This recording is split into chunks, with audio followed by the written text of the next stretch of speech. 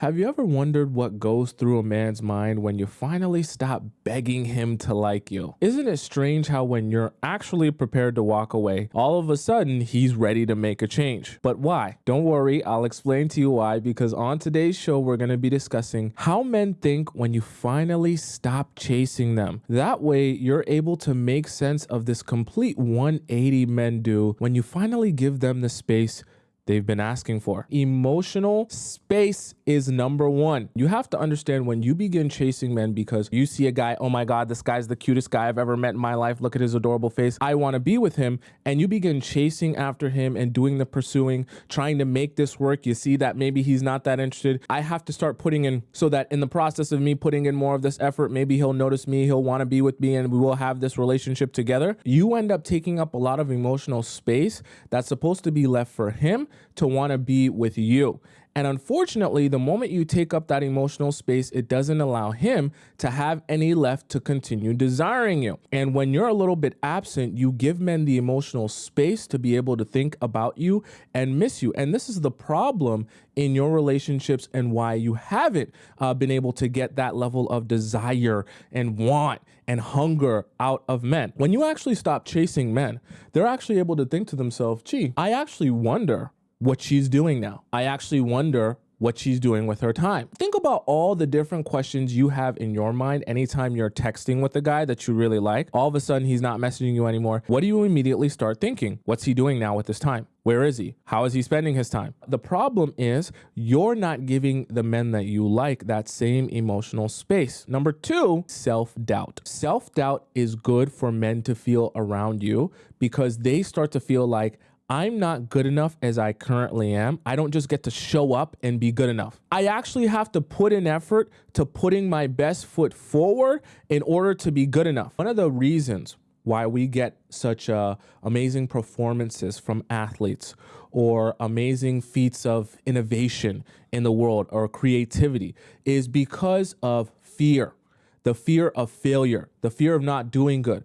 And so people push themselves to limits to be able to meet those expectations because they don't want to go out on a stage and fail in front of 100,000 people.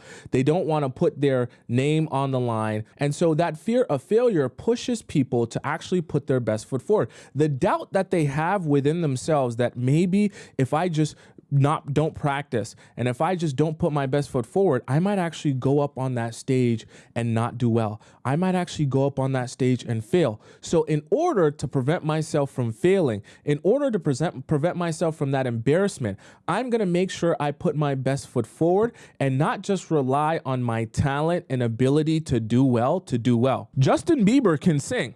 He can really sing. He can wake up out of bed and sing.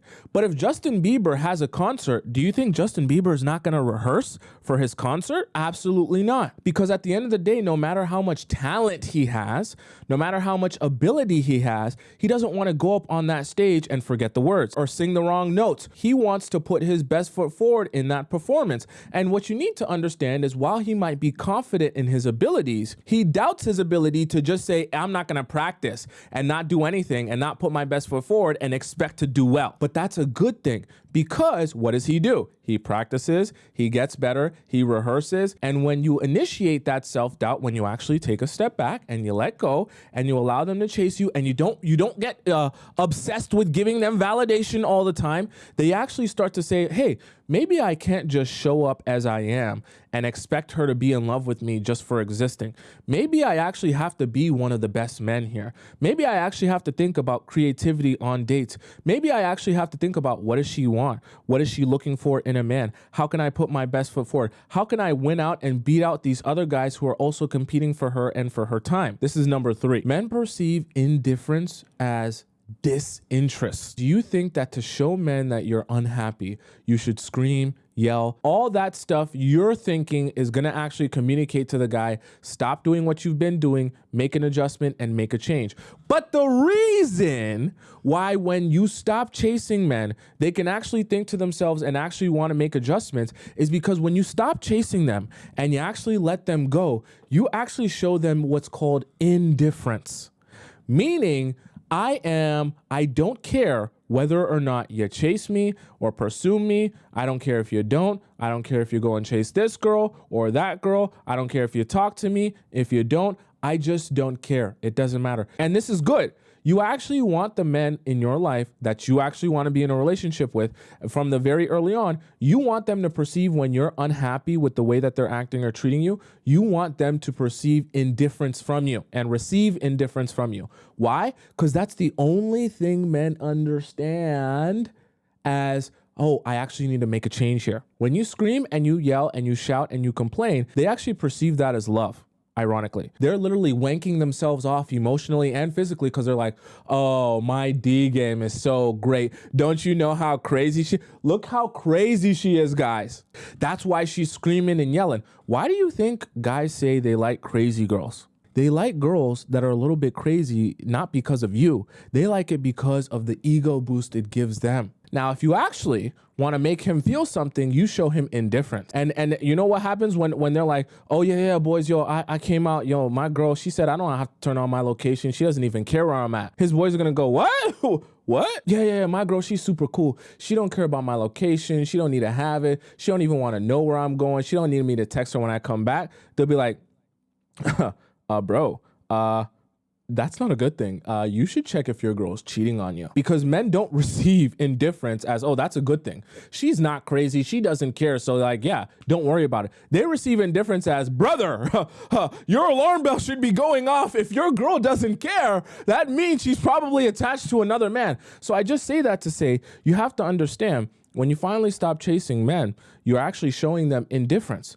And when you're showing them indifference, it sets their alarm bells off. And it actually gets them to start moving and shaking and doing things, which is exactly why when you're actually prepared to walk away and you actually do walk away, the men finally say, hey, I'm ready to make a change. Because they start finally, they start receiving indifference from you instead of receiving crazy, yelling, screaming, hysterical energy. Number 4 is what I call the cookie jar theory. Let's imagine a scenario in which you come over to my house, okay? You at mi casa. You come over to my house. I introduce you to my big old mansion. I'm like, look, I have to go somewhere today, but obviously you can't come with me. It's a very important business. I got to make a lot of money. So you're going to stay at my house while I go out for the rest of the day. You make yourself at home though. You're staying at my house, so you're like, okay, perfect, Tomisin. I'm like, okay, so there's stuff in the fridge for you to eat, and I showing you all the bathrooms, all the rooms, so you can sleep in any one of the rooms except for mine, and you can do whatever you want in the house, okay? There's a whole bunch of food stocked here and you can have all this. So I show you the pantry. I show you where all the snacks are. I show you the cupboards. I show you how to use the microwave and the stove and the air fryer. I like to air fry my food, okay? So I show you how to use the air fryer. You can have anything you want in my entire kitchen. Eat anything you want, as much of it as you want. You're my guest and I want you to feel at home here. Except the one thing you cannot have is the cookies in the cookie jar on top of the fridge. If you dare to eat those cookies, I will unalive you. They won't even remember your name after I'm done with you. Anyways, aside from that, have a great day. Eat as much food as you want. Enjoy the entire house, and I'll be back around nighttime. Okay, I'll see you then. After we have that conversation, what is the one thing that's gonna be on your mind the most? You're thinking of the cookies on top of the cookie jar. Why are you thinking of the one thing that I told you not to eat? I let you have anything you wanted. When you stop chasing men and you take a step back, even when you like him, and you purposely do nothing, even when it's painful, and even when he's not saying anything to you, you see, you become like forbidden fruit. You become like the cookies on top of the cookie jar. The one cookie that I told you you cannot eat. Simply because I cannot have you, all of a sudden, I actually have room to desire you and want you. And especially if I know that no one can have you or no one's able to get access to you, now I want you even more. And there's a really crazy psychology to that, because think about this logic as well. In the example that I gave you of the cookies in the cookie jar, the cookies don't even actually have to be good. The cookies don't have to be homemade. The cookies don't even have to be your favorite flavor of cookies.